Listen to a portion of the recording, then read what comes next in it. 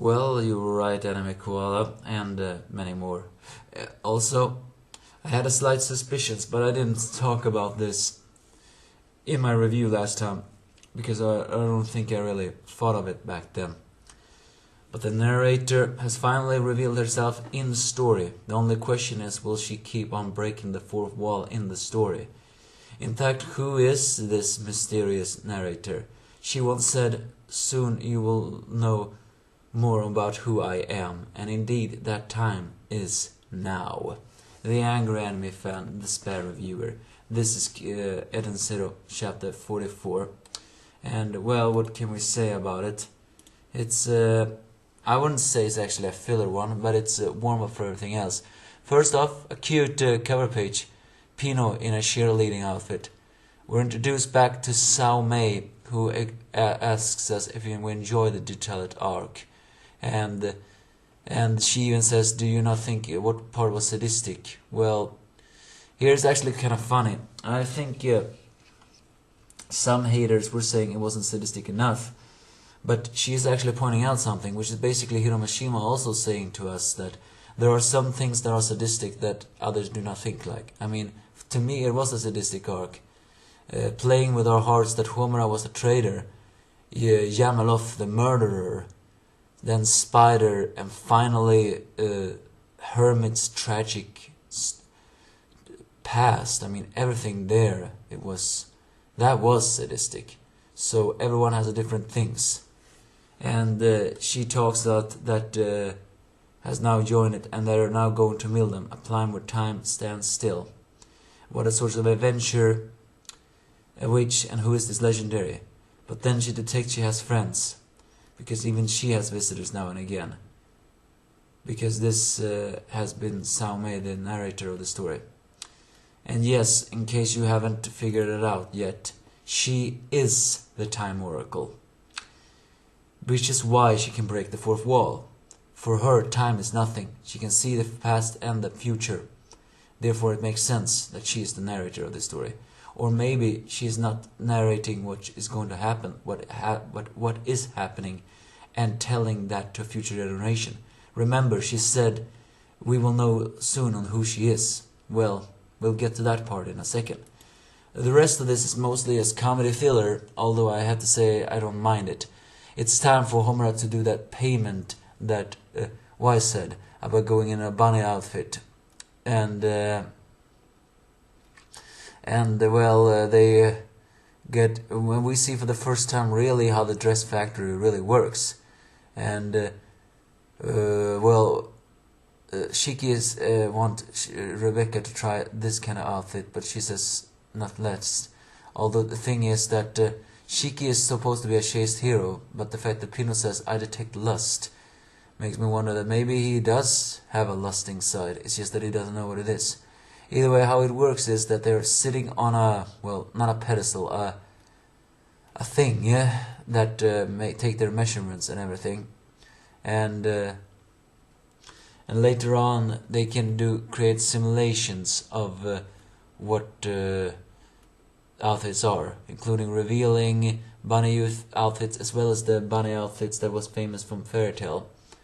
And it's pretty funny though when Hermit says, "Once you've chosen a base, you can add more parts. Delete the ones you don't want to add patterns." I can delete the parts I want, and it's then that Rebecca actually put a gun to his head and says, "Don't you dare." Yeah, stop that, you guy. And then they find an options as they click it, and then it's revealed though that unfortunately the dressing doesn't necessarily create a projection and switches the clothing. No, giant hands come in that, well, forcibly strips away the clothing and then switches it. And here we have Homura in, well, a pretty sexy bunny-like outfit. Although I have to say it's a little bit too revealing for me.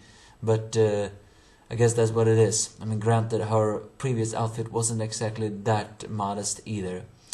Basically, she's in fishnet stocking, a leotard or panties or something like that, and the rest is a kimono, meaning she exposes a lot more of her legs this time, and even a bit of her underside. She Wise call it Yamoto bunny, and indeed it is cute. And Well, yeah, that's pretty revealing outfit. But granted, it was a pretty revealing the first time, so this is a pretty nice one. So the previous one has been stored in storage and the clean were added. And now the rest of the gang does changes too. And I have to say, this is kind of funny to see all these kind of outfits. Although I do wonder why Rebecca always go with the very fan service like clothing. But I know, it's Hiromashima. He always does this with his main characters, so we'll have to stand with that. But it's clear she likes cats. The dresses are... Hermit is dressed in a sailor suit, a schoolgirl uniform. I like that one. Happy is a Viking. There's one thing I have to like with these versions of Happy is that he tends to actually wear clothes now and again. I have to say I like that. Wise appropriately going with a mafia man. Shiki is a ninja. Wonder what happens if you run into Jin again. And Rebecca goes with a cat maid. Again, she has a thing for cat outfits, so that makes sense. While Pino is a fairy, and I have to say that suits her completely. Because after all, I think she's designed to resemble a fairy. And they all look wonderful. Witch and Sister Lively decides to also do the change. And many... so this change into outfits that are just as revealing is the fact that we finally see Witch without her goggles on. And in a way, you could say her next outfit is truly what a witch is supposed to look like. Well, minus the extreme exposing to the breasts, of course. It's a revealing witch outfit with a long, well, I wouldn't say loincloth, but dress that reveals once again her legs. And she exposes her breasts with just a minor toga that detects it, and a witch hat. But again, she has taken off her goggles for the first time we see her eyes for real. Oh yeah, and Sister Lively just goes with a naughty nurse outfit. Either way, Witch says that she finds it embarrassing to show face to others, but if it's for the Demon King. So, well, and even Moscow, he went with some, well, a disco-like outfits. Although Witch, I have to say that Sister is extremely abusive to him, always saying like, you can go back to your old clothes. Either way, they are approaching their destination, their planet of Midden. No one knows exactly what to expect from here, although Hermit says that time has stopped again. And also Rebecca has decided to call Hermit Hermie. So what she has learned of this on the internet is the fact that it can be hard to meet the requirement to get your fortune told, but if you can get a divination, there's nothing she cannot tell you. The land on the place of Milden, and it's surprisingly very normal. Rivers, nothing looks really still, at least not at the beginning, and it's a very Chinese-like, design. Given who waits inside, it makes sense. They go to a building with a doorknob that says that please proceed barefooted beyond this point. As they take out their shoes, Pino warns them that there is an abnormal aether level ahead. The effects of a prolonged exposure from the body can be dangerous.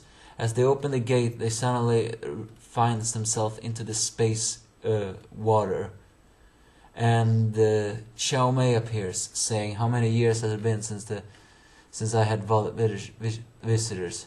I am she who knows all in this galaxy. Xiaomei, the Time Oracle, is here." And now she enters the story for real. She said once upon a time, "You will know more about who I am." And indeed, she is a Time Oracle. That is why she can narrate the story. She knows everything. But the biggest question is, why is she narrating the story? Is this something she is passing on through time? Or is that just because she is who she is? I don't think she will join the Ed and Zero crew, but I do think she is important to the storyline as a whole. Also, Now that we see her, she is surprisingly more developed than I thought she was. I mean, well, granted, she doesn't really have that big of a body, but she didn't really look as small as I thought she would look like. According to Hermit, you cannot just ask the vision, you have to get something. So I think Xiaomei won't give them their future, past or everything else just that quickly. Or will she? Again, she narrates Shiki's story for some reason. Next chapter, I don't know, there were some implications that it was called Battle Coliseum or something like that. Are we entering a tournament arc? Again, Ed and Zero's arcs are heading very fast. I'm a bit worried. But we'll see, won't we? What awaits us. Because I am sure do not know. But Xiaomei is officially in the story. Well, technically she was always in the story, but now she is in the story. She knew they will appear, and they appeared before her. She knows what they want. The only question is, will she tell them? Things are escalating. But you can give me your thoughts if you have any.